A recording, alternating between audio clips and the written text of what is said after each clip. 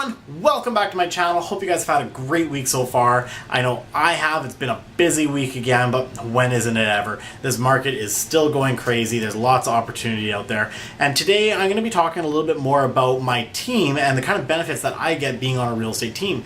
If you're a new realtor, it might be a good idea to start looking at teams as a way to get started in the business and start learning under people who've already been doing it. There's a lot of advantages, and I want to kind of clear the air on why it's a good idea to join a team right away. But before we get doing that, I do ask you guys do me a quick favor, and if you haven't already done so, go down and hit that red button, that subscribe button, to let me know you guys want me to keep making more of these videos. I do appreciate everyone who's subscribed so far, and I've had a lot of support on this channel, so I just want to give some gratitude to you guys. Thank you so much. Alright, let's get started. So at the end of the day, if you're a brand new agent, a lot of times after you finish the course, you're kind of thrown to the wolves, I find. They teach you a little bit about history of law and a little bit how to calculate interest rate conversions.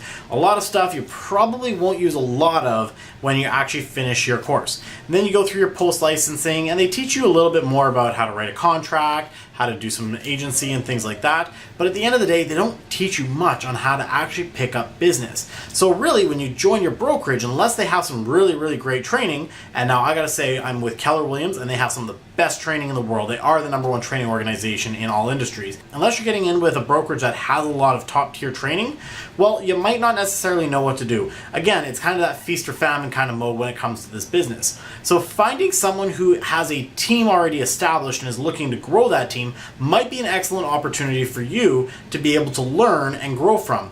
In that team, especially if it's established, they've got several members, you're going to have people on that team who are already transacting, who are already doing business, and they can teach you how to actually go out and find the listing, how to work with buyers, how to convert leads on the phone. That's kind of one of the biggest benefits. It helps you get into action right away instead of sitting there and saying, okay, what do I do next? Work for 5 minutes and then wait for the phone to ring. Seriously, working around people who are in the business, they're taking action and they're getting a lot of deals happening, you're almost forced to start transacting. So that's kind of one of the big key things that I find is being in and around people who are doing action. You're going to learn fast and get into action fast yourself. The second thing is it's very expensive being a realtor. At the end of the day, there's a lot of costs, and one of those costs is marketing. When you're going out and trying to find business, especially when you don't have any yet, you're going to be spending money on your signs, on your business cards, maybe some Facebook advertising. Whereas when you join a team, a lot of that marketing is already ready to go and it's being done for you. So every time you do a deal, yes, you're contributing a part of your commission to the team. That's going in to be pooled into a much larger marketing budget. So if you're working by yourself, you might have a thinner marketing budget versus when you have 7 or 8 agents all contributing commission into the pool, your marketing budget's going to be much bigger. So the types of marketing you're going to do is going to be much more vast. At the end of the day, you're going to have the ability to run multiple different campaigns versus 1 or 2. You might be able to buy a booth at an event and be present in the community. You have a lot more options when you're on a large team with a much larger marketing budget. Most well-established teams will also have a strong administrative support team behind them. Again, because you have agents contributing money every month from their commission, you're going to be able to then hire out administrative support.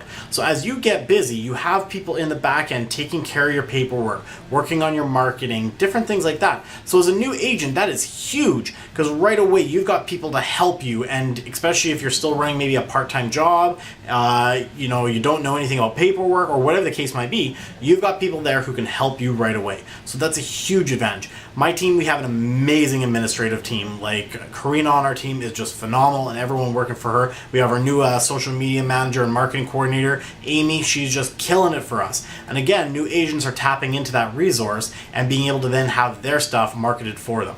Okay, the fourth thing is that most teams will have their own office space because at the end of the day, the teams are going to want to make sure that everyone's together, working together. They've got the admin right by us. And guess what? If you're a new agent, it's expensive to rent office space, especially when you don't have any money coming in right away. So if you join a team, the likelihood is they're going to have a spot for you at their office, which means you have a place to go, be surrounded by people. In fact, we have this brand new office. You've seen several different updates. You can see the last ones right here. We'll be posting a new one here soon. This is an exciting time for us because we have our own space and we're continuing to grow, adding more agents in, and it's just super exciting because we're one of the first teams in the area that's actually bought their own space. The fifth thing here that I really like is you're leveraging an existing brand. Now, the Kelly Fry brand was quite known in real estate for the last while as an investor, which then transitioned into a realtor.